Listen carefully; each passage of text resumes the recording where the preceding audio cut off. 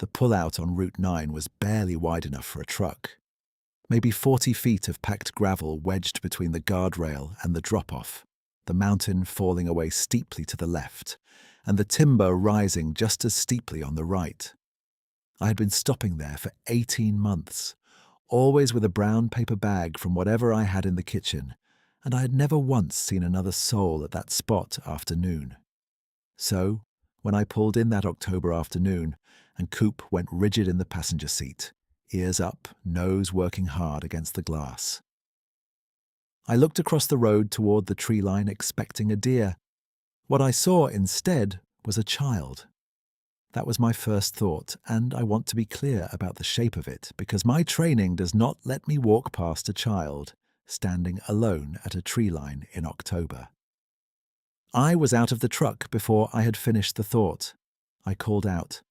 The figure did not move, and in the space of those first 5 steps, something in the proportion of it, the width of the shoulders, the height of it against the hemlocks, rearranged itself in my perceptions so completely that I stopped walking. I need to go back almost 2 years to explain what put me on that road. Lena had a habit she had carried for most of her adult life, and I had never thought much about it until she was gone, and it fell to me to keep. Whenever she drove Route 9, which was often in the warm months because she liked the views, and because her sister lived over in Ridgeback, she would stop at the Copperhead Gap pullout and leave whatever food scraps she had in a bag on the wooden post at the edge of the gravel. Not a bird feeder set up, nothing organized like that. Just whatever came from the kitchen that week. Apple cores, bread heels, the rinds off a wedge of cheese. She said the animals found it, and she liked thinking about that. I told her once that feeding wildlife was technically illegal in this county. She looked at me with a specific expression she had for when I was being precisely correct and completely wrong at the same time. And she said, "Dustin, it's apple peels on a fence post." She was right, of course. I let it go. Lena died in April of the prior year, a little over 18 months before that October afternoon. It was quick, as these things are measured, which is its own kind of cruelty. She had felt tired for a few weeks. By the time we had a name for it, we had less time than we wanted. I stayed beside her until the end, which is the one thing I am certain I did right. The house was different after. Not in any way I could have described to someone who had not lived it. The square footage was the same. The furniture had not moved, but the kitchen felt wide open in a way it never had. Too much counter space, too much quiet in the morning, and I found myself standing at the sink some days looking at the yard, without remembering how I had gotten there or how long I had been standing. I kept working. I was a sheriff's deputy, had been for 19 years, and the work was the same as it had always been, which was partly a comfort and partly a problem. Calls came in. I responded. I wrote reports. I attended briefings. My watch commander, Roy, was careful with me in the way that men who have known each other a long time are careful, which meant he did not ask questions and he made sure my shift stayed reasonable, and he mentioned once, just the once, that there was a department counselor if I ever needed an ear. I thanked him. I did not call the counselor. That is not a criticism of the counselor. That is just the shape of who I am. What I did instead, starting in May of that first year, was drive Route 9 on my days off. Not because it was beautiful, though it was. Not because I needed the air, though Coop certainly did. And at 11 years old, he had earned his rides in the cab instead of the truck bed. I drove it because Lena had driven it, and because stopping at the Copperhead Gap pullout and leaving whatever was in the bag on that wooden post was the closest thing I had to a routine that still contained her. I am not a sentimental man. I had not cried at the funeral, not because I did not feel it, but because the feeling was too large for crying, and so it sat somewhere below that, in a place I could not access directly. The food on the post was not grief, it was maintenance. It was the one habit of hers I could continue without saying anything out loud about why. I should say something about Coop. He is an 11-year-old blue tick hound, which is old for a working dog, and he has the slow dignity of an animal that has seen everything twice and decided none of it is worth a fuss. He had been Lena's dog before he was mine, in the sense that she was the one who had picked him out of the litter and named him after a neighbour's kid who had made her laugh once. He slept at the foot of her side of the bed for most of his life, and after she was gone, he slept there still, which I was grateful for in a way I could not explain. He was not mournful about it. He was just a dog with a preferred location. When I started taking him on the Route 9 drives, he settled into the passenger seat with the ease of an animal who had always believed he belonged there, and he spent most of the drive with his chin on the door panel watching the trees go by. I should say something about my brother Cal, too, because he matters to how the story ends, even if he barely appears before that. Cal and I had been close when we were young, working together on the family property, doing the kind of physical work that bonds people without requiring them to talk much. Somewhere in the decade before Lena's death, we had drifted, the way people do when geography intervenes, and then silence fills the gap, and then enough time passes that calling feels like it requires an explanation. After Lena died, Cal had called twice. I had answered neither call. I do not have a good reason for that. Grief is not organized, and the part of me that could have answered felt unreachable during those months. He had left messages both times, measured and kind, and I had played them once each and set the phone down.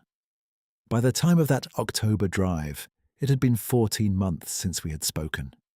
The October afternoon was a Thursday. I had the day off because I had worked the prior weekend covering for a deputy whose wife had just had a baby, and Roy had given me 2 comp days in return. The weather was what the mountains do in mid-October when the conditions are right. Clear and cold and still. The sky, the particular shade of washed blue that comes only after the first real frost. The hardwoods on the upper slopes already past peak colour and settling into their rust and brown finish. I had driven up from the valley with a brown paper bag from the kitchen, 6 apple slices I had cut that morning, and the heels from a loaf of bread, and Coop in the passenger seat with his chin on the door panel, watching. I had no particular plan for the day beyond the pullout. I thought I might drive on past Copperhead Gap and go up to the Fire Road lookout, maybe sit there a while with the thermos of coffee I had brought.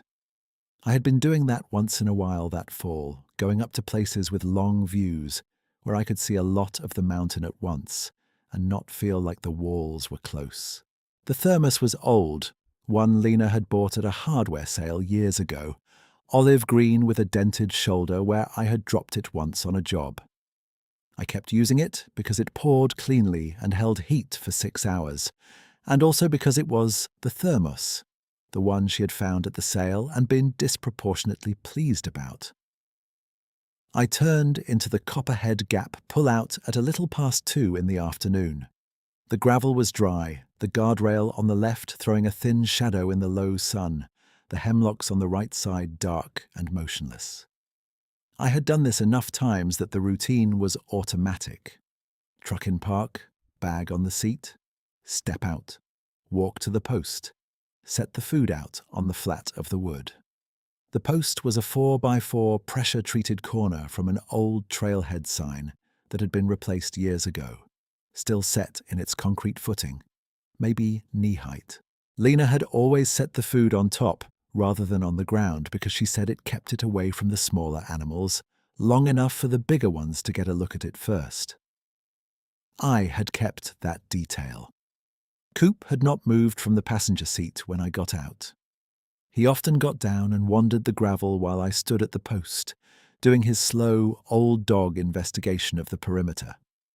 That afternoon he stayed in the truck, which I noticed, and filed without attaching much to it. I laid the apple slices and the bread heels on the flat of the post and pressed them down a little, so they would not blow off in a gust, which is what Lena used to do. I stood there for a moment the way I always did, not praying exactly, not saying anything, just standing in the quiet while the mountain did whatever the mountain does. That was when Coop made a sound I had not heard from him in years. Not a bark.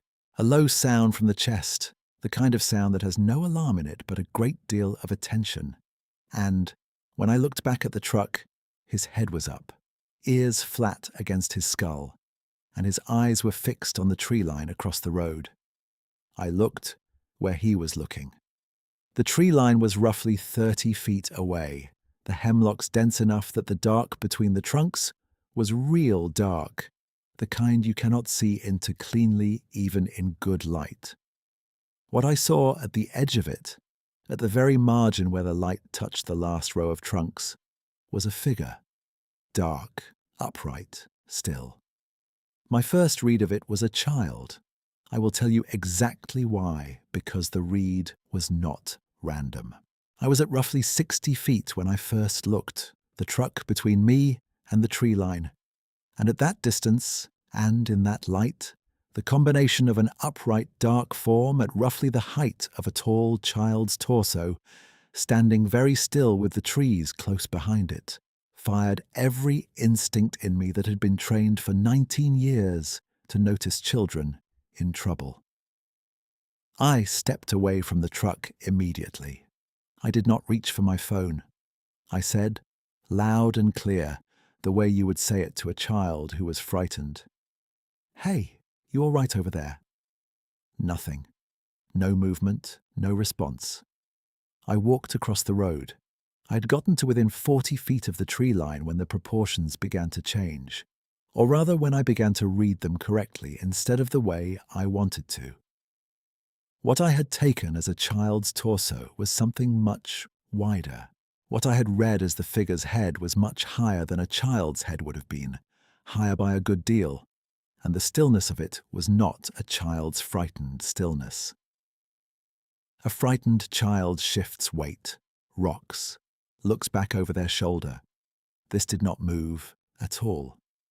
My first revision was a hiker in dark gear. Someone in a black rain jacket and a pack, maybe turned away from me, maybe wearing something over their head. I was stopped at maybe 35 feet, trying to make the hiker explanation hold. The problem was the width across the shoulders and the length of the arms, which I could see now hanging at the figure's sides. A pack would explain some of the bulk, but the arms were too long for the proportions to make sense with a pack. I had 30 seconds of serious effort trying to make the hiker work before I let it go. My second revision was a bear standing. We have black bears in this part of the mountains, and a standing bear at that distance and in that light is a reasonable mistake. I have made that mistake once before, years ago, on a trail on the other side of the ridge. The problem was that this figure was standing too straight. The weight settled evenly and patient in a way a bear does not stand. A standing bear lists, adjusts, sets itself like something using effort to stay upright. This was not using effort. This was simply standing, and had been from the moment I first saw it, and showed no sign of stopping. I want to be honest about what happened in my body in the next few seconds. I am not a man who spooked easily. 19 years of law enforcement having given me a certain familiarity with the parts of the brain that generate alarm. What I felt was not the hot spike of fear. It was something colder and more deliberate, the thing the body does when it cannot find a category, and so it stops generating options and simply observes. I stood at roughly 30 feet from the tree line, and I looked at what was in front of me, and I let my categories fail one by one until I was left with what I was actually seeing. It was very large, 8 feet, my best estimate, possibly more. The fur, or hair, if that is the right word, was dark and dense. The kind of dark that reads as textured rather than smooth, layered in a way that made me think of an animal that had been in weather. It stood with a stillness that did not read as frozen or frightened, just still.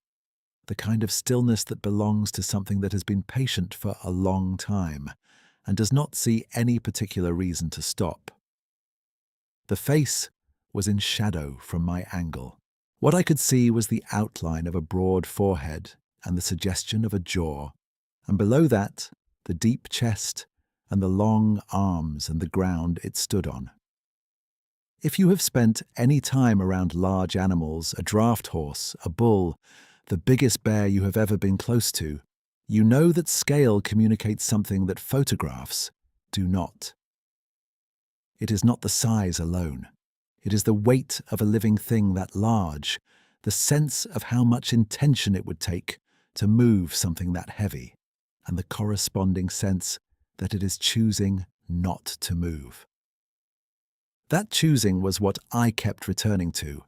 It was looking at me the way I was looking at it, not with aggression, not with fear, with something more like consideration. Coop had not barked. I could see him through the truck's rear window, sitting upright in the passenger seat, watching the tree line with his ears forward. He was not trying to get out of the truck. He was not distressed. His stillness matched the figure's stillness in a way that I noticed and could not explain, because an 11-year-old blue tick hound has seen enough of the world to know what constitutes a threat, and he was not treating this as one. I stood there. The cold came through my jacket in the way October cold does when you stop moving, the kind that is not miserable yet but is specific and has opinions about your intention to stay outside. I had my hands at my sides. I was not reaching for anything. This seemed in some way I cannot justify with logic, like the right decision. If you've ever stood very still in a big woods and had the feeling that something was paying attention to you, not watching you but paying attention to you, there is a difference, and I do not know how to make it smaller. Watching is passive. What I felt coming from the tree line was not passive. It was a kind of regard, a quality of being considered by something that was taking its time about it, and under that, something I could not name, something I want to describe as careful, but I am aware that attributing care to an animal, if that is the right word, is the kind of thing that sounds like a man talking himself into a story. I have thought about this enough times in the weeks and months since that day that I am willing to say it and let it mean what it means. It felt careful, and then it moved, not toward me. To its left, which was my right, toward the road, it moved through the last few feet of tree line with a quietness that was not consistent with its size, the branches shifting without the crash or crack I expected, and it stepped to the edge of the gravel, still on the far side of the road from me, and it stopped at the trailhead post. It stood at the post for a moment that I can only estimate because my sense of time had become unreliable. Perhaps a minute, perhaps two. It was looking at the post in the way a person looks at something they are considering, the gaze direct and attentive, and then it reached out and it touched the apple slices and the bread heels I had set there. It did not eat them. I want to be clear about that because it is the detail I have returned to more than any other. It was not feeding. What it did, and I watched this from 30 feet away in clear October light, with the sun behind me and nothing between me and the post, was arrange them. It moved the apple slices with a deliberateness that I cannot call anything other than deliberate, setting each piece a little apart from the others, turning them so they lay flat, and then it set the bread heels alongside them in a line. It took longer than it needed to if the goal was eating. It took the amount of time it takes when the goal is something else. Lena used to lay the food out flat. She had a specific way of doing it, spreading the pieces so nothing was stacked, so each thing was separate and visible. I had never thought much about that detail while she was alive. I had started doing it myself after she died. though I could not have told you exactly when I had adopted it, only that it seemed right. What I was looking at now, from 30 feet across a mountain road in mid-October, was someone else's version of that same attention. I did not speak. There was nothing to say that would have been adequate to the moment, and I think some part of me understood that speaking would have been a kind of reduction, a way of making the moment smaller by naming it before I understood it. I stood with my hands at my sides, and I let the moment be whatever it was. It withdrew the way it had come, back through the last row of hemlocks without the noise I would have expected, the branches closing behind it. And then the tree line was just the tree line again, dark between the trunks, the shadows going long as the afternoon got later. The pull-out was quiet. The gravel, the post, the food laid out on the flat of the wood in that deliberate arrangement, the guardrail, the sound of the wind in the hemlocks above, ordinary things returned to their ordinary shapes. I stood there for what was probably 3 or 4 minutes. I did not move toward the post or away from it. I was aware of Coop in the truck behind me, and aware of the cold in my jacket, and aware of the thermos on the seat, and aware of the mountain going on in every direction around the small gravel pull-out, enormous and old and utterly uninterested in what I thought of it. I had the feeling of having been present for something that was not addressed to me but was not indifferent to me either. Something that had its own purposes and had nonetheless included me in them, not by choosing me, but by not excluding me. I do not have a better description than that. I have looked for one. I got back in the truck. Coop put his head on my thigh the moment I sat down, which he did not usually do on the mountain, that being more of a home behaviour, and I rested my hand on the flat of his head between his ears for a while, before I started the engine. The food was still on the post. I had not touched it. It seemed wrong to take it. I drove home without going up to the Fire Road lookout. The thermos of coffee went unfinished on the seat. I fed Coop when we got back, which was later than his usual dinner hour, and he ate without complaint. And I stood in the kitchen for a while watching the yard go from the grey gold of dusk to dark. Then I sat down at the table and I called Roy. He picked up on the second ring. "Roy," I said. "Dustin." He waited. That is the thing about Roy. He knows how to wait. "I'm fine," I said. "I just wanted you to know that." A beat on the line, then, "Okay." "I'm all right," I said, which was different from fine, and he probably understood that. "Good," he said. "You need anything?" "No," I said. "I just needed to say it to somebody." "I'm glad you called," he said. We did not talk much longer than that. He did not ask where I had been or what had happened, or why a man who had been a deputy for 19 years needed to call his watch commander on a Thursday evening to say he was fine. Roy is the kind of man who understands that some calls are about the phone call and not about the information in it. We said goodnight, and I put the phone down on the table and sat there in the quiet kitchen for a while longer. There is something that happens in the days after an experience you cannot categorize. I am familiar with it from the job, the specific flatness that follows a call that crosses a line you did not know was there, the way your routines feel both more important and more fragile. The week after the pullout was like that. I went to work. I wrote my reports. I ate my meals. I did the dishes. I let Coop out in the morning and in before dark and sat with him in the evenings, with the news on low, not really watching it. I did not tell anyone what I had seen on Route 9, not because I was ashamed of it or afraid of what they would think, but because the experience had not yet settled into a shape that words could carry without damaging it. It was still a raw thing. I did not want to start talking about it before I understood what I was talking about. I went back to the pull-out the following Thursday. That was not a decision I deliberated over. It was the next logical step in the routine, same as every week for the past 18 months, and the only difference was that I brought slightly more food than I usually did. I had been making a pot of soup that week, a vegetable soup Lena used to make in the fall, and I had extra carrots and some parsnip ends and the top of a celery bunch, and I added those to the bag along with the usual apple cores and bread. I set them out on the post the same way I always had, each piece flat and separate, nothing stacked.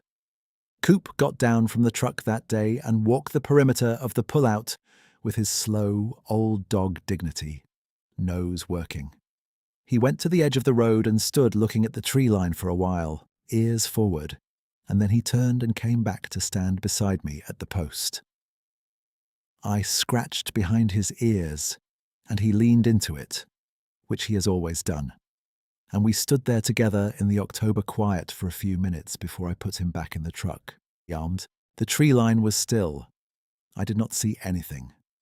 I drove home. I fed Coop his dinner at the correct hour. I sat down at the kitchen table with the phone in my hand, and I looked at it for a while, and then I found Cal in my contacts, and I called him. It rang 4 times, and I had started composing what I would say to a voicemail when he picked up. "Dustin," he said. Just that. My name. The way a person says a name when they have been wondering if they would hear from you and have decided not to expect it. I said, "Cal, I'm sorry it's been so long." A pause. I could hear him breathing. Then, "Yeah. I should have called back," I said. "After Lena, you called twice. I should have." "Dustin." He said it again, softer. "Don't." "I just wanted you to know I know," I said. Another pause. Longer. "How are you doing?" he said. And it was not a question exactly. It was the same thing I had said to Roy, the kind of statement that opens a space without requiring it to be filled. "Better," I said. "I think. Getting there." We talked for almost an hour. Not about anything specific. About his kids who were older now than I remembered them. About a piece of property he had looked at with the idea of maybe fishing there. About a truck he was thinking of replacing. About nothing that required either of us to say the large things out loud, which is how men who grew up the same way we did do the large things. I asked him if he might want to drive up some weekend in the spring, and he said he might. We left it there, which was more than we'd had in 14 months. And when I hung up, I sat at the table for a while in the yellow kitchen light, with Coop's head resting on my boot and the house quiet around me. It did not feel too large that night. The food ritual continued through the rest of October and into November. I brought more than Lena used to, which I did not plan exactly. It just happened that the bag was fuller, and I set it out the same way on the same post, and I stood there for the same few minutes before getting back in the truck. I did not see the figure again. I did not expect to, not in the way you expect something you are waiting for. What I carried instead was a different quality of quiet at that pullout. The sense that the place was not indifferent the way most of the mountain is indifferent, that something in the dark of the hemlocks had been paying a kind of attention that I could not earn or explain and had not been asked to. Some mornings in the house I would stop at the kitchen window for a moment before going into work, looking out at the yard in the early grey light, and I would think about Lena and the apple peels on the fence post, and the expression she had for when I was precisely correct and completely wrong at the same time. I thought about how a person's habits are a form of presence that does not require the person to be alive. I thought about how continuing a habit is a form of saying that the presence was real and mattered, and how sometimes the reason you cannot stop doing a thing is not sentiment, but precision, because the habit is the truest description you have of someone, and letting it go would be a small, permanent inaccuracy. I am not a man who talks this way as a rule. I want to be honest about that. These were not thoughts I had fluently during that November. They came in pieces, at odd moments the way understanding comes when you have stopped trying to produce it. The first week of December, I drove up to the lookout on the Fire Road on a Sunday, the thermos in its usual spot on the seat and Coop in his. The high country had its first serious snow by then, 4 or 5 inches on the north faces, the deciduous trees bare and grey against the white, and the hemlocks still dark green under their caps of snow. I sat at the lookout for most of an hour with the coffee going warm in my hands, and the valley spread out below me, and Coop asleep on the seat beside me, which is a thing he does in cold weather, tucks his nose under his tail and goes completely quiet. I thought about Roy, who had not asked questions.